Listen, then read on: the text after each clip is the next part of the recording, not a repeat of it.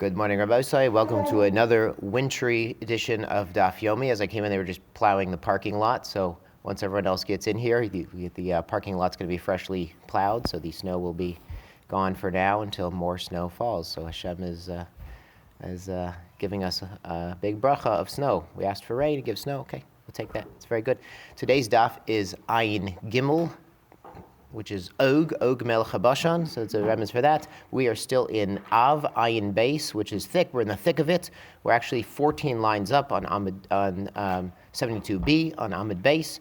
Our sponsors for today, for Tuesday, are the Elbaum family for the recent yahrzeit, and in memory of Gerald Elbaum, Yaakov Kaful ben Avraham Menachem Zol, loving father of Avron, Shan, and Judah Elbaum, and loving husband of Shirley Elbaum. May his memory be a blessing and remain eternal in our hearts. Amen. And by Bracha Strimber, in loving memory of Avi Strimber, that's Avraham ben Kalman Eliezer Levi Zol, on his 9th yahrzeit. We have a week of learning sponsor, Gail and Doug Stanger, in honor of their grandson, Etiel Mordechai Weinberg, who will become a bar mitzvah, Parshas Yisro, also be called the Torah on Shvat 23, that's coming up at Morning Minyan, so that in this unprecedented time, family members can share in the simcha, so Mazel Tov in advance, coming right up. And a week of learning sponsor by Moshe and Devorah Wordesheim for Refuah Shlema for Yara Galit Bas Shai. So thank you to all our sponsors. And now we're going to begin on 72b, 14 lines up. We actually left off sort of in an exciting spot where we're talking about the concept, the doctrine of Toeh B'Devar Mitzvah, somebody making a mistake while they're trying to perform a mitzvah. And recall that in the Mishnah, Rabbi Yeshua had said he's patur from breaking Shabbos if he's trying to do a mitzvah. Rabbi Eliezer had argued that he's chayiv even though he's trying to do a mitzvah. And Rabbi Meir was even more liberal in the good sense of the word by the doctrine of Toeh B'Devar Mitzvah, that he allowed even a cow that was supposed to be a shlamim, that was slaughtered for the sake of a Pesach, he said that too was patur on Shabbos. And then we got into this comparison. We had asked the question about a spit of meat. There are two spits of meat, and one was nosar, and one which you can't eat, it's leftovers beyond the time to consume the carbon, and one was a fresh carbon of tzli that you're supposed to eat. And we did a comparison between those two. Rabbi Yochanan compared them to the last topic we were talking about. So it's a very exciting topic. He says if it was ishta nida bal, if a man lived with his wife when she was in nida, he's chayev. But if it was yevimto, that's his brother's deceased wife, his sister-in-law, is patur. So then the Gemara had just explored, well, what's the difference there? That seems a little strange. They're both women, they're both nida. Why is one chayev, why is one patur? And the only patur would be the concept of Toeh B'Devar Mitzvah. He's making a mistake trying to perform a mitzvah. So we had said, I'm just speaking out the concepts because we're going to see the Shulchan Aruch that we didn't get to see yesterday. We'll have time today because the daf's a little shorter on Ayin Gimel. That the concept here was his wife was already pregnant, so it wasn't a mitzvah of pruervu. So he said, there's a mitzvah of ona, that there's a minimum requirement for a man to live with his wife. He said that he's already fulfilled that. So there's still a mitzvah. There's still a mitzvah even after that to do more. If both partners are ready and willing, there's still a mitzvah. So no samach levista. Samach levista is the time she's expecting to see her nida, her regular monthly cycle. And she has vesis kavua, it's called. It's a little bit of a review from our Gemara in Nida. Wasn't that long ago, 2 years ago. She has vesis kavua. She sees blood the same day each month, or about the same time. So there is a vesis where the couple can't be together. The Rashi and Tosfos bring here it's deraisa. They can't be together for that time period right before she's expected to see blood. So there's really no mitzvah. So then they asked. So even the Yavama, that's his deceased brother's wife, that he is supposed to acquire to perform the mitzvah of Yivam, also there should be no mitzvah. There should be no shemitz of mitzvah, no shtickle mitzvah, we'll call it, that would allow us to apply the doctrine of Toeh B'Devar Mitzvah. This says so she would be embarrassed. She is embarrassed. They haven't been man and wife yet, so that she's embarrassed to tell him about her monthly cycle. So it's interesting. The Shulchan Aruch paskins l'chalacha.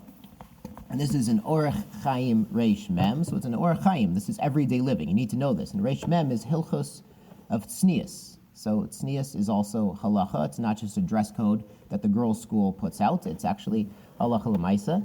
And they bring this concept, if a man is married, don't go above and beyond with his wife, but stick to the general guidelines that the Torah says. Now, these are guidelines from a Mishnah, and they tell us what's going on based on a man's profession. Hatayolim sheparnasatan mitsuya lahem, the men of means, that they have parnasa available. They have Baruch Hashem what to eat. They're not struggling to get by. Ein porin mas, and they're not paying too much tax. The tax is not depleting their estate. Anasan b'chol yom, every single day. Hapolim she'osin malacha b'yiracheres, workers have to travel out of town. Lanin b'chol laila b'batayim, but they are home at night. Pamachas b'shavua, the minimum is once a week. Imosin malacha b'iram, if it's their own city, they don't have to travel out of town. Pamim b'shavua, twice in a week. Chamarim, donkey drivers, achas b'shavua, because that's when they're home, only once a week. Gamolim, achas l'shloshim yom. Camel drivers go farther out into the wilderness. They're only home once every 30 days. Sapanim and sailors, they're only home achas l'shisha chadashim, only once in 6 months. Special bracha on Shabbos to be involved in this mitzvah. It's called a mitzvah. It's called a simcha here. And always on mikveh night. We had a Gemara in Brachos Daf Chaf Dolit, and it was about where to keep your tefillin. And it actually came up because they said that a man could tuck the open end of his tefillin bag under his pillow and keep it in his bed, afilu ishta imo, even when his wife is with him.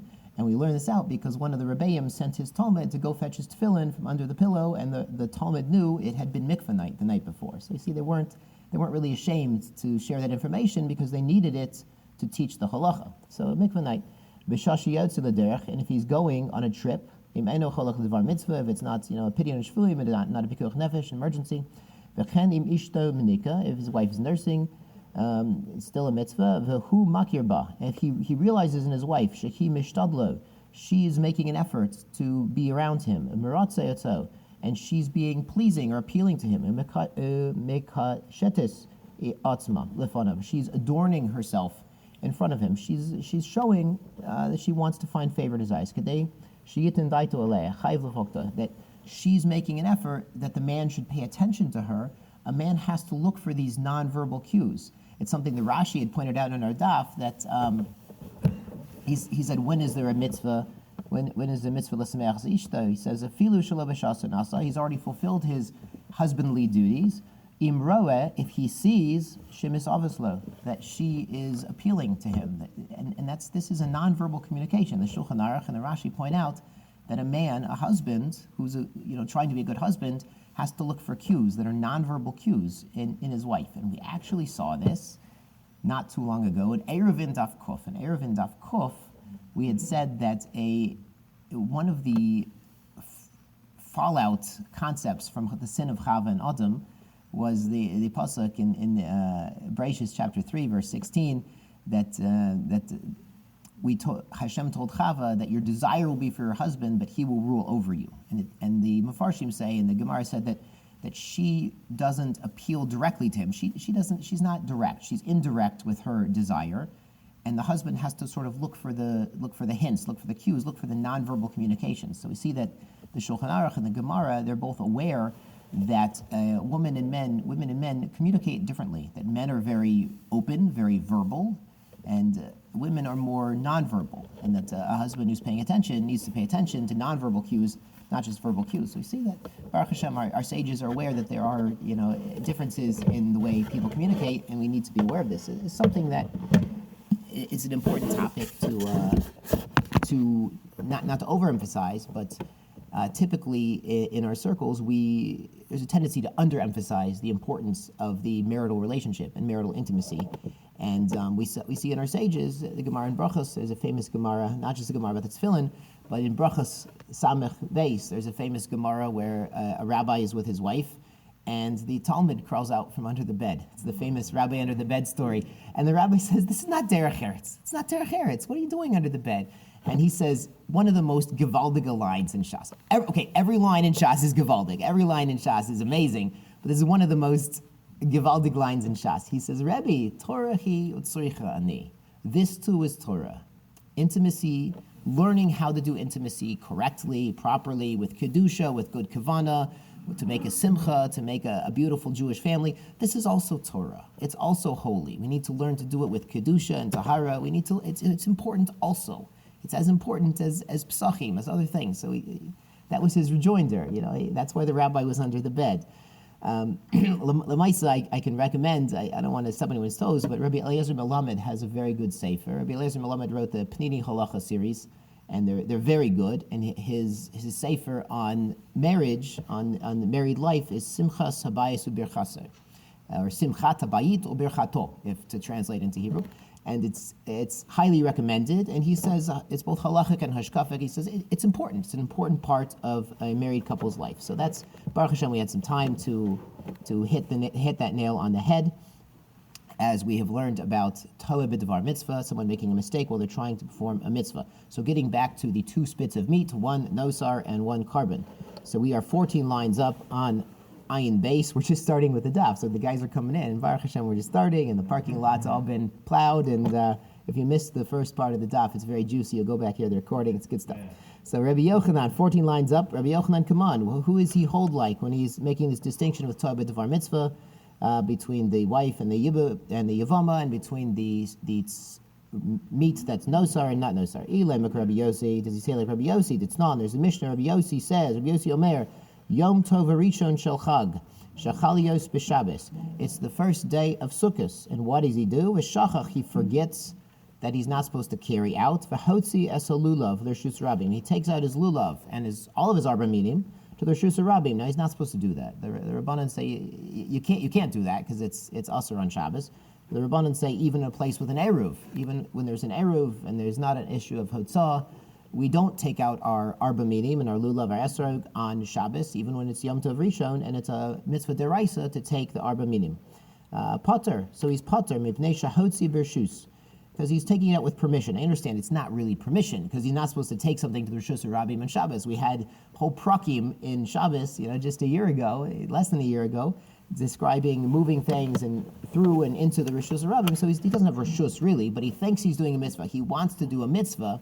That's why he's taking out his arba minim to go to the sukkah and to shake his arba minim and to go to shul and to learn how to do it and to do the mitzvah deraisa. So because he thinks he's doing a mitzvah, he's Toeh b'Devar mitzvah. Again, that doctrine. So he's potter from breaking Shabbos. Dilma shiny chasam. So maybe it's different there. We say he's potter. Dizmano bachul. That the time period is bachul. It's quickly evaporating. So he's scared. He is behala. He's trembling that he might miss the time because there's only one day to take the arba minim deraisa on the first day of Chag. Elo Rabbi Yeshua the Zvachim. So who's Rabbi Yochanan like? He's like Rabbi Yehoshua of the Zvachim. Now that's our Mishnah, Rabbosai. That's our Mishnah from the end of Sunday's daf. That if you had other Zvachim, you had a different animal, and you slaughtered it l'shem of Pesach on Erev Pesach, everyone else is slaughtering their Pesachim, and he had this sheep or this goat, and it would be an appropriate animal. It's a male. It's in the first year of life. But it wasn't. Lemaisa, it was chulin, or lemaisa, it had been designated as a toda, as something else. If he slaughtered it l'shem Pesach, Rabbi Eliezer says he's potter because he's Toeh b'Devar mitzvah, he's trying to do a mitzvah. Dil machasam nami, zmano bachol. There too, Erev Pesach, zmano bachol. Both we learned about this. They would do 3 groups. They would be in and out, very efficient. Chalk, because there could be hundreds, there could be thousands, tens of thousands even, of karbanos Pesach, of paschal lambs going through in that one afternoon. It could be very rushed, especially if it's Erev Shabbos. They don't have a lot of time to get all the Pesach offerings through, so that's Zmano Bachel. So he's in a hurry to get his Pesach done, and he made a mistake, and so maybe that's why he's potter. Elik Rabbi Yeshua the Tinokus, Rabbi Yeshua of the infants that we talked about yesterday. The 2 babies needed a bris milah. One was a Friday baby, and the other a Saturday baby. Or in the other version, one was a Saturday baby, one was a Sunday baby, and they accidentally switched them. So he was tarud to do the milah, and he made a mistake. So Rabbi Yeshua, in some circumstances there, said potter from breaking Shabbos because he's trying to do a bris milah when it was warranted, when there was a baby that needed a bris on Shabbos. So chasam nami zmano bachel. There too by bris milah zmano bachel. Why? Because he wants to do the bris on the 8th day. He wants same day service. He wants to do the bris on time. So he's in a hurry, and that's why when he gets the wrong baby, Rabbi Yeshua says he's potter. Elek Rabbi Yeshua. So it should be Rabbi Yeshua de truma. By truma. Now truma is the first 2% we take off of crops and we give them to kohanim. It's called truma gedola also. It's the first tithe, but it's even before the first tithe. Truma is the first 2%, and the first tithe is the first 10% after that. It's on the Mishnah says by truma, haya ochel b'truma. Someone thinks he's a Kohen, so he assumes he's entitled to eat truma. Vinoda, and then he becomes informed, Shahu ben Gerusha o ben Chalutza, that in fact, his father is a Kohen, but his mother, Nebuch, was divorced before the father married her, or she had Chalutza, which remember was the counterpart to Yibum.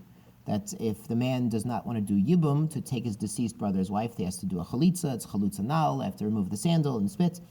And that's also a psul. Interesting, it's psul derabanan, but it's always listed with gerusha together, gerusha and chalutza, the divorcee and the chalutza-e, if that's a word, we're going to coin it right now. Those are listed as psul together, that the son, the offspring, if this woman married a Kohen, is not a kosher Kohen to do avoda anymore. Rabbi Eliezer mechayev keren v'chomesh. Rabbi Eliezer says he has to pay the keren, the value of the truma, and the chomesh, and the 1/5 penalty. Because l'maisa, when someone eats truma, they have to pay it back with the chomesh, with a penalty. Rabbi Yeshua poter. Rabbi Yeshua is poter. Why? Because this man thought he was a Kohen. Nebuch, he thought his yichus was good. He knows his father is Mr. Kohen, but he just stam any Kohen. But his mother he didn't know about, and then it comes out he shouldn't have been eating the truma. Rabbi Yeshua says poter because again he's toeh b'devar mitzvah.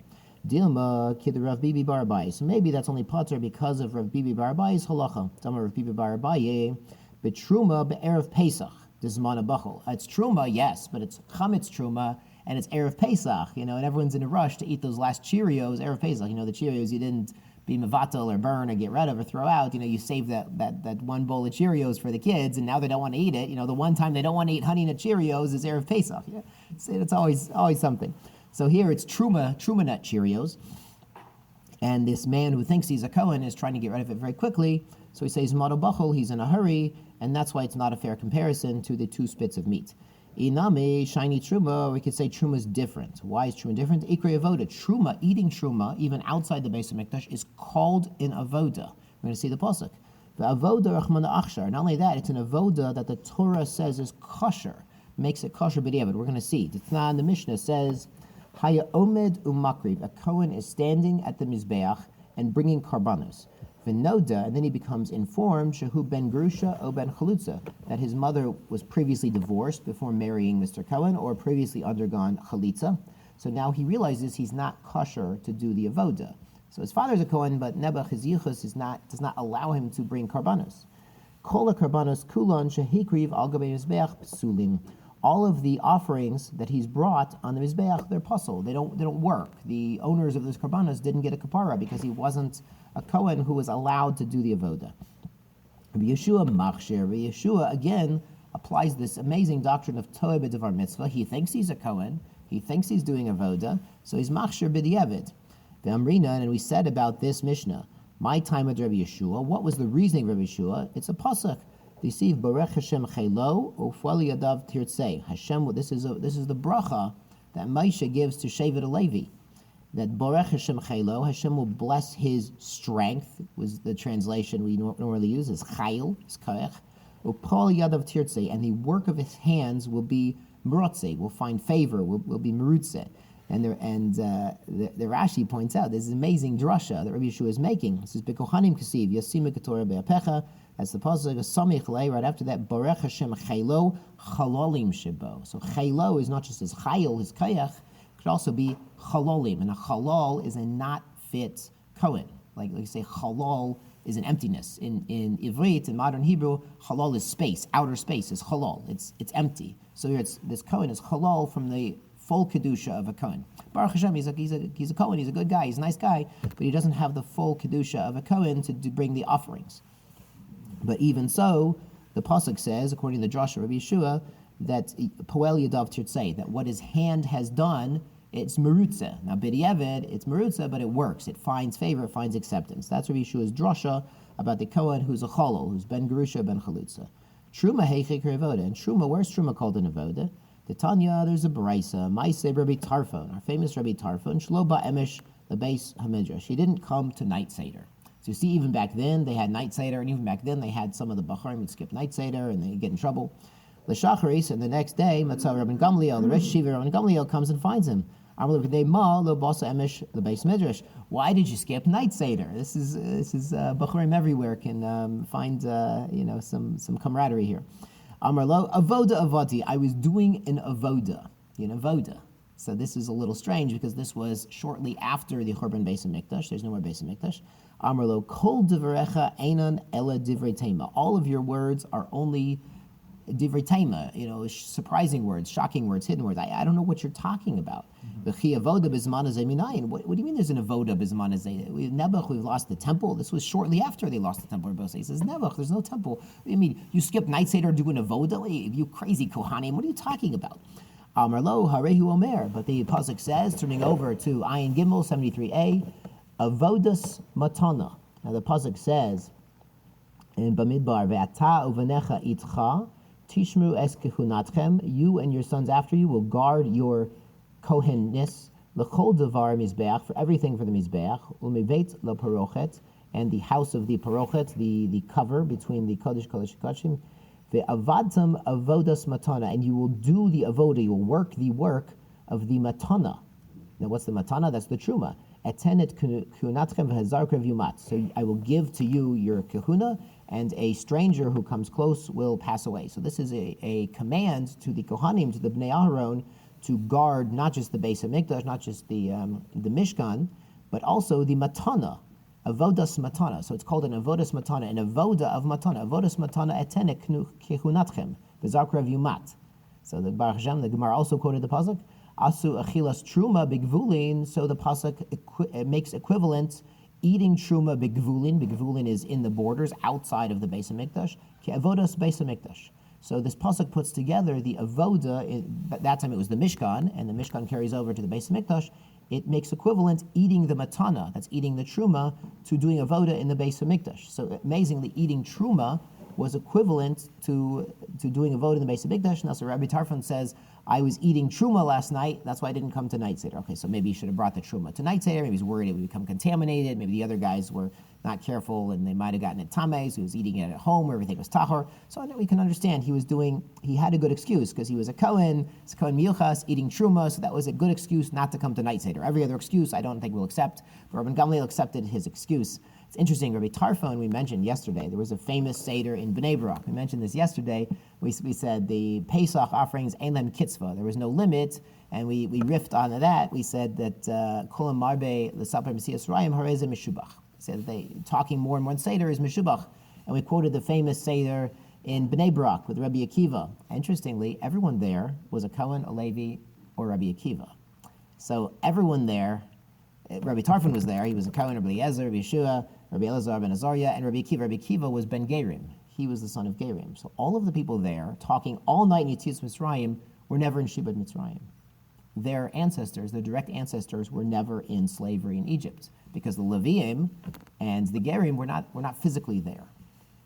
So we see this is the mark of a Gadol. These were the Gedolei Ador, Rabbi Sai. And they said they were Kolam Marbe, everyone who's Marbe Yetzias Mitzrayim, the Sipur Yetzias Mitzrayim. They were up all night talking about Shibud Mitzrayim as if they were there, even though their family was not directly enslaved, because they were such a gadol that their mindset, their outlook on life was not just, well, what about me? What about my family? What about my shevet? It was every shevet. Because Gedolim feel every shevet. Gedolim feel every corner of Klal Yisrael. And that's the mark of a gadol. You see Rabbi Tarfon, the rabbis in Bnei Brak, even though their family wasn't personally subjugated, they felt that pain, they felt that joy of redemption for all of Klal Yisrael. Beautiful, 2 dots at the top of Ayin Gimel. Shachtu shelo le'ochlav, if they slaughtered the carbon Pesach, not for the eaters. So on behalf of people who can't eat it, or people who are too old, too sick, they can't eat it, so then it's pasul, and it'd be chayiv on Shabbos. Pshita, isn't that obvious? Kevan zachasam pasul, since it's pasul without, if there's no one that's available to eat it. We actually had this Mishnah 12 days ago. We said, a carbon Pesach that you slaughtered and no one's available to eat it, they're all too old, they have no teeth, they're too sick, they can't do it. That's pasul. It's not a carbon Pesach. The ikar of carbon Pesach, the central point of carbon Pesach, is we're going to get together and eat it at the Pesach Seder.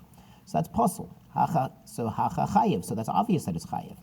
So why do we teach this anyway in the Mishnah? We don't want to waste ink. Mishum detana seifa, because the seifa says pater. The seifa where it's la'ochlav v'shelo la'ochlav. We slaughtered a carbon Pesach for those who could eat it and those who can't eat it.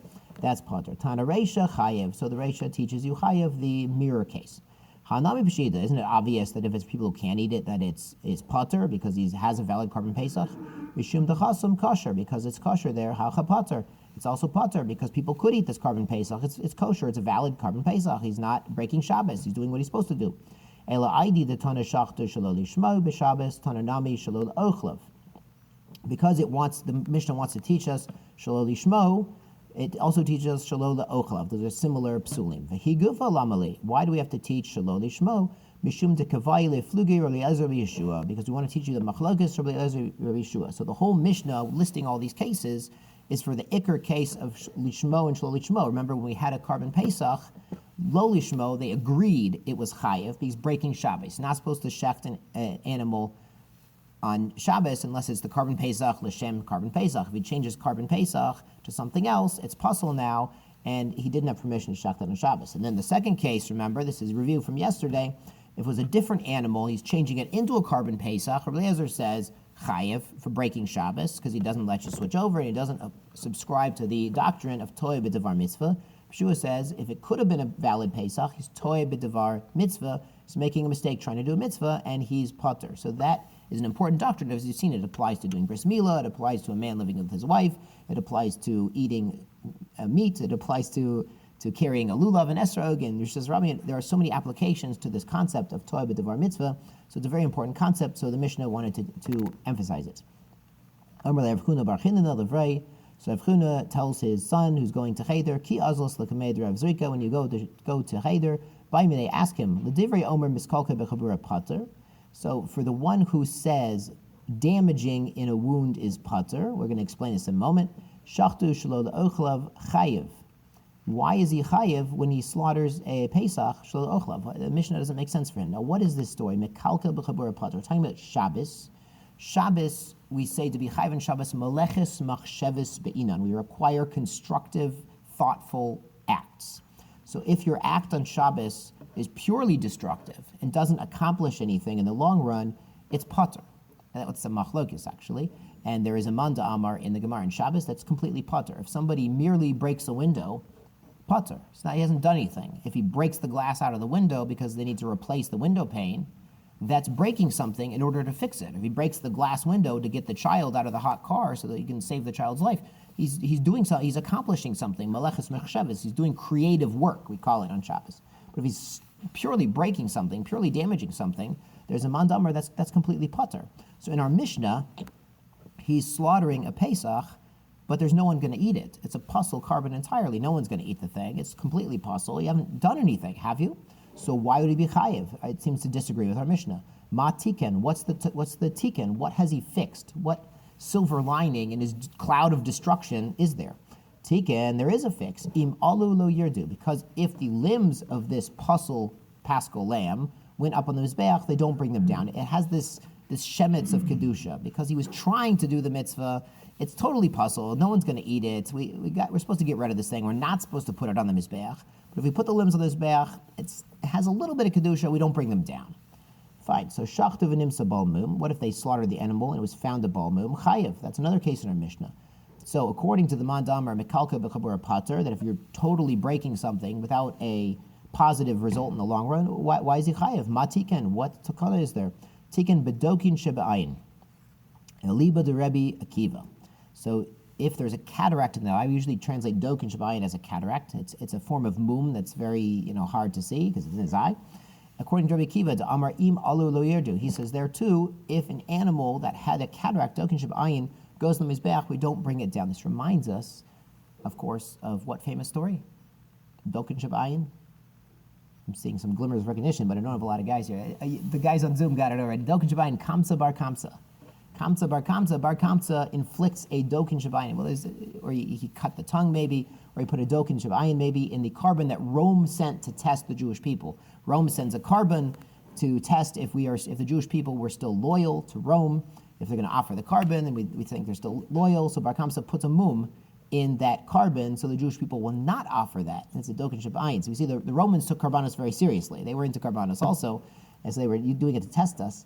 But we see from here that, according to Rabbi Akiva, if they had taken that carbon, and they shouldn't have slaughtered it, but if they'd accidentally, mistakenly slaughtered it, or got the kids, the junior kohanim, the pirchei gehuna to slaughter it, and didn't tell them about it, and then they put it up by accident, you wouldn't have to bring it down. It would have been a good carbon. B'di'evet, according to Rabbi Akiva. So it's an amazing to realize that that was a juncture in history where there was a halachic path they could have taken. Remember, it was a debate there. It's a Gemara in Gittin, and about what happened. And the Sanhedrin met, and they said, should we kill Bar Kamsa? No, you're not chayav misa for putting a mum in a carbon. Should we offer it anyway? No, it's a pasuk. And it was a whole debate there. But they could have said, listen, Rabbi Akiva says dogen shabayin im alu yardu. So maybe we should have the Pirkei Kahuna just throw it up there and Shalom Yisrael. But we see because they didn't do that, we see that it was out of our hands. It was out of the hands of the Jewish people at that point, because Hashem had made a gezerah that history should go in a certain direction. So even though there was this halachic escape hatch, we didn't go through it because Hashem had already goes through gezerah, and Hashem should continue to show us chen v'chesed v'rachamim. But you see this. There are many junctures in history where, what if things had gone that way? Well, things didn't go that way because Hashem has a greater plan, and we're all part of it. We're living in it. So that's dokin shebayin im alu liyerdu according to Rabbi Akiva. So what if shachtu v'nimsa treifa b'seiser? They shechted this animal, and it was found to be a treifa internally. It had a hole in the intestines, a hole in the lungs. Potter, so he's potter.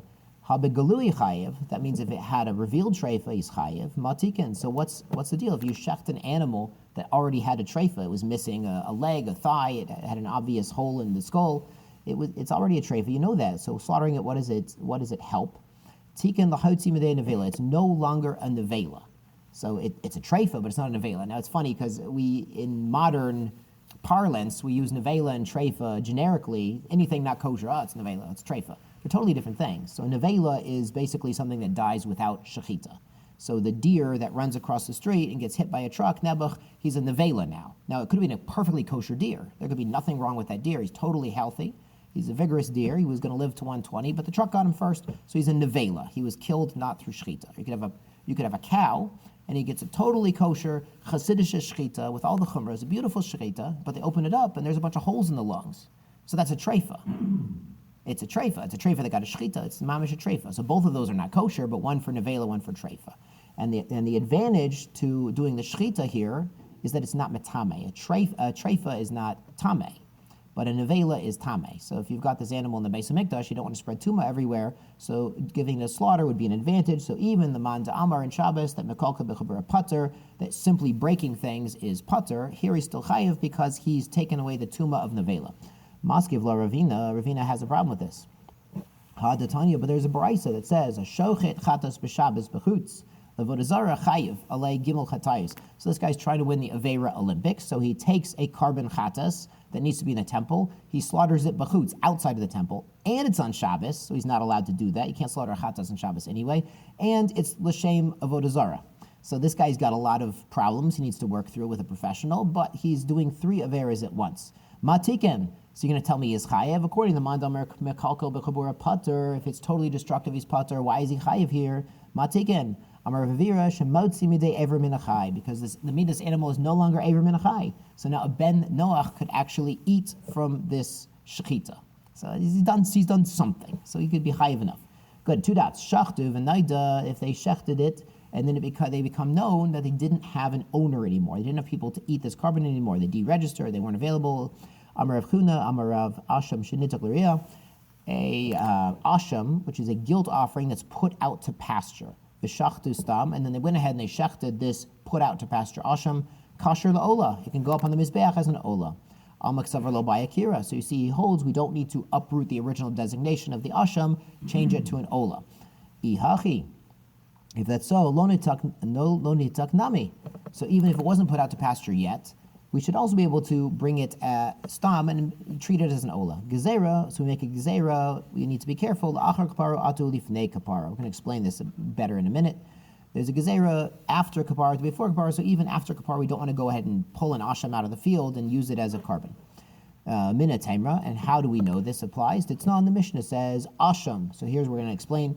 An asham, a guilt offering, shemetu balav, that the owners of it died, or sheniskapru balav, or they got a kapara. So what happened? The first animal got lost. So the owners who needed the asham, they went ahead and got a second animal and got their kapara through the second animal, and then they found the original animal.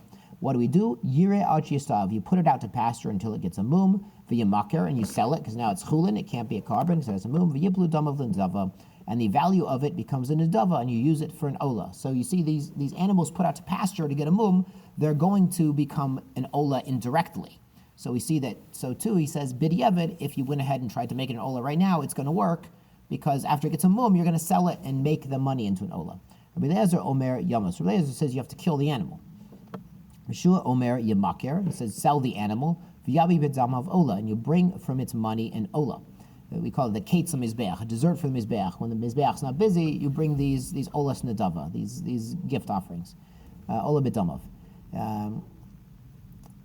Ola b'damav en aval gufo lo. So according to Yeshua, you could bring with the money of this animal an ola, but itself should not be brought as an ola. So that's not consistent with Rav Huna says. Gazar la'achar kapara atu l'nei kapara. So we see there was a gezerah of even after the owners got kapara with a different animal, a substitute animal, atu lifnei kapara, to before kapara, when they haven't got a kapara yet with another animal, this still stands to be an asham. Shema mina. So you see that we do have a gezerah. Eisive Rav Chisda Rav Huna. So Rav Chisda has a problem with Rav Huna's teaching that it could become an ola. Shachtu v'noda shemashcha balev, from our Mishnah. They slaughtered the Pesach and they realized there's no owners anymore. The owners went to a different group. Mashru balev es yadam, turning over. They withdrew from the group, so it's no longer a valid Pesach. Tanei Allah, and we taught about that statement. Bechol, if it's a weekday, it's not on Shabbos. Kihai Gavna, and all the owners withdrew. We slaughtered the Pesach thinking there were people going to eat it. We find out they all withdrew to a different group. Yisarf miyad, we're going to burn it right away because it's a psul beguf. And Rashi points out, Ein tzarech lahamtin, you don't have to wait until the appearance of it changes. So Afagad Demaiser Pesach, Charav Shlamim, even though it would be a Shlamim, here you can't be a Shlamim because a Shlamim can't be brought after the Tamid Shel Ben Arbaim. The only carbon we bring after the afternoon Tamid is a Pesach. So here a Pesach without any owners, a Pesach Stam is a Shlamim if it doesn't have any owners, but here we can't bring it as a Shlamim. So it's Puzzle, it's Psul Baguf. So on a weekday we'd burn it immediately. On Shabbos we can't do that, we'd have to wait because we're not going to burn things on Shabbos if it's not absolutely required.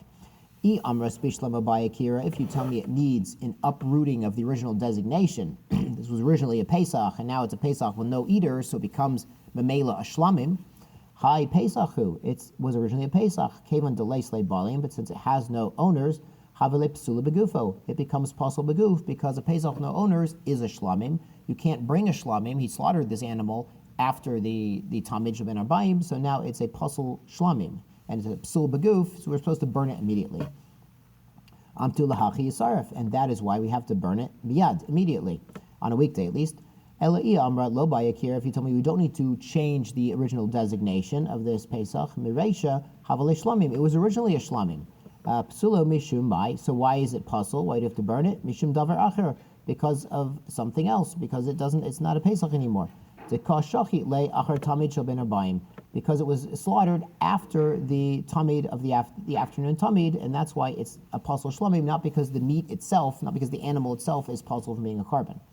So ibor tzurabai. So because its pasul is not inherent in the animal, it needs an ibor tzura. It needs to be left over to change appearance, and then we're going to burn it. It's a sign of respect for the kodshim. We're not going to burn them right away unless the psul is inherent in that animal. The Tanya, like the Bryce explains, Zeyaklal, Kol Shepasula Begufo, Yisarf Miyad. A carbon that has a problem inherent in that animal itself. That animal shouldn't have been a carbon. We're going to burn it right away. It's a good review from our Zvachim days, just 2 years ago about.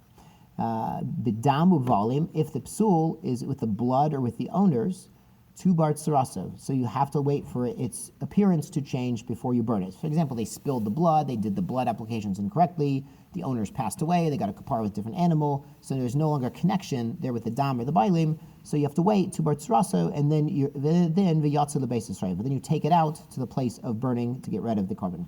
Elalote meshachtu stam. But don't tell me shachtu stam kosher, v'shim ola, but you can't tell me that if he slaughtered an animal, stam, this asham, going back to the asham, it can become a valid ola. Ela eba shachtu lishum ola. It has to be slaughtered it for the sake of an ola. So he says, Rav Huna, you're wrong. You have to actually change the designation from the asham to an ola. That would be kosher. That would be a kosher ola. Alma bayakira. So you see, it requires an uprooting of the original designation from asham to ola. Rabbi Chia bar Gamda. What about Rabbi Chia bar Gamda? We're going to have kashas on the statement. We threw it out from the mouth of the group. That means we're unanimously agreed on this halacha. So what happened with this Pesach is the owners were tamei meis.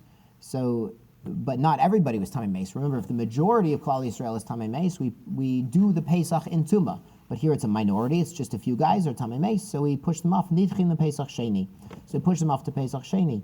Hahu Devai Akira. So this the original Pesach or Pesach Rishon needs to uproot, change the designation. Haba'al Malo by Akira. But a regular one, you don't need to change the designation. So an Asham could theoretically be changed to an Ola. My Ikal Memar. So it's not like Rabbi Chia Bar Gamta. Ele Amar Rav Kuna, Berei de Rav Yeshua. Hacha b'Mayaskina. What are we dealing with here? Kagon Shehivrishu Kodem Chatzos. They designated this carbon Pesach before Chatzos on the 14th of Nisan, Umeisu Bailim Achar Chatzos, and all the people registered to eat this carbon, they passed away, Nebuch, after Chatzos. Tahavale Nire V'nidche. Since it's after Chatzos, it was the time of Shechita's carbon Pesach, and now it's Nidche, and now it's pushed off. They can't bring this carbon Pesach anymore. This animal's pushed aside because there's no owners, there's no group anymore to eat this animal. Anything that was appropriate, it had its moment in the sun, and now it's pushed aside. There's no owners for this animal to eat it. It can't be kosher anymore, so it doesn't need to have the designation actually changed. Is that really the reason? So Rav says Balei Chaim are not pushed off. What if the animal's still alive? It's still sitting there, talking and eating and chewing grass. Then it can't be pushed aside, even though the owners passed away. Elamar of Papa ha mani Rabbi Eliezer. This is Rabbi Eliezer. Tamar kol shochet acherim l'shem Pesach pasul. That's going back to a Mishnah. Rabbi Eliezer says any animal you slaughter for the sake of a Pesach, it's pasul. It's not a good carbon, so therefore on Shabbos he's also chayiv. Tahavale psula begufo. It's a pasul in the goof, trying to shecht a different animal, a shlamim, an ola, a chagiga for the sake of a Pesach. It's a pasul in the goof, and it should be burned immediately. Rabbi Eliezer, he chatas nami mechayev. Rabbi Eliezer should say a chatas also, he'd be chayev. Rabbi Eliezer toy b'devar mitzvah, because he doesn't hold, like Rabbi Yeshua and Rabbi Meir's concept, toy b'devar mitzvah, is pater. Elatirgama Rav Yosef, berei de Rav Sola, Chasida. So Rav Yosef says, in the name of Rav Yosef says, the son of Rav Sola Chasida, Kamei de Rav Papa, Ha Mani Yosef ben Chonai. This is the halacha of Yosef ben Chonai, the Tznan who teaches in the Mishnah. Yosef ben Chonai Amer Hanishchatin l'shem Pesach. If they slaughtered it for the sake of a Pesach l'shem chatas or for a chatas psulim, it's pasul. They're trying to change the designation. Alma psula begufaki. You see, it's a pasul in the goof, and that's why it mishum hachi yisarf miyad. That's why it should be burned immediately. V'fituri savr like Rabbi Yeshua. But for being pater, if he's toy b'devar mitzvah, he does hold like Rabbi Yeshua. So since he's trying to do a mitzvah with his animal, he's pater like Rabbi Yeshua, even though it's not a valid carbon, and that's why you still have to burn it immediately. Rav Ashi Amar Rav de Amar Rabbi Yishmael beno shel Rabbi Yochanan ben Baroka. De Tanya Rabbi Yishmael beno shel Rabbi Yochanan ben Baroka. Omer, he says Im yesh shachus b'yom. Now this is an interesting chilek. He says if there's enough time in the day remaining, leida to find out im mashchu bailim es yadehem. To find out if they withdrew from this animal, if the group registered this animal withdrew, Ocean Mesu, Ocean Itmu, or they died or they passed away, Chayev. He would be Chayev. Now our Mishnah said he's Pater because he shechted the animal assuming they're still alive, they're still tahar, they're still ready to eat this thing, and then only after he slaughtered it, they find out that all the owners of this carbon, Nebuch passed away, or Nebuch became Tameh, or they changed another carbon.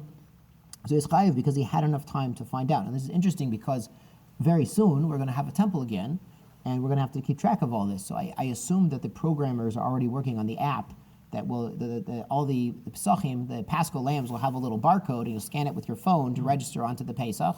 And then in the app, you have to click a button if you became Tameh, so then they'll know that you're not registered that. So then if everyone in the group becomes Tameh, they'll click the button in their app, and they'll realize that this particular lamb has no one registered, and they'll have to re-register. They'll have to figure it out. They will know not to slaughter that one if no one can register. So we're gonna keep track of it with real time, with barcodes and everything. It'll be very gishmak. So I hope the programmers are working on this already, for tracking the inventory in the Beis Hamikdash, because you see it can become very complicated. So there, if he had enough time to find out if they died or became tamei or they withdrew, so he's chayiv, two birds raso, and you have to wait until it changes its appearance. Then take it out to be burned. My taima, love mishum delo by akira. So you see, you don't need to change the designation of the Pesach to something else before you burn it, and it's psul begufo. Amimai. So how do you know that's a proof? Dilma mishum desavar law. Maybe it's because he holds ketana deve rabba bar avua. Maybe he holds like this Tana, de Amar Afilu Pigul Nami by Ibr Tzura.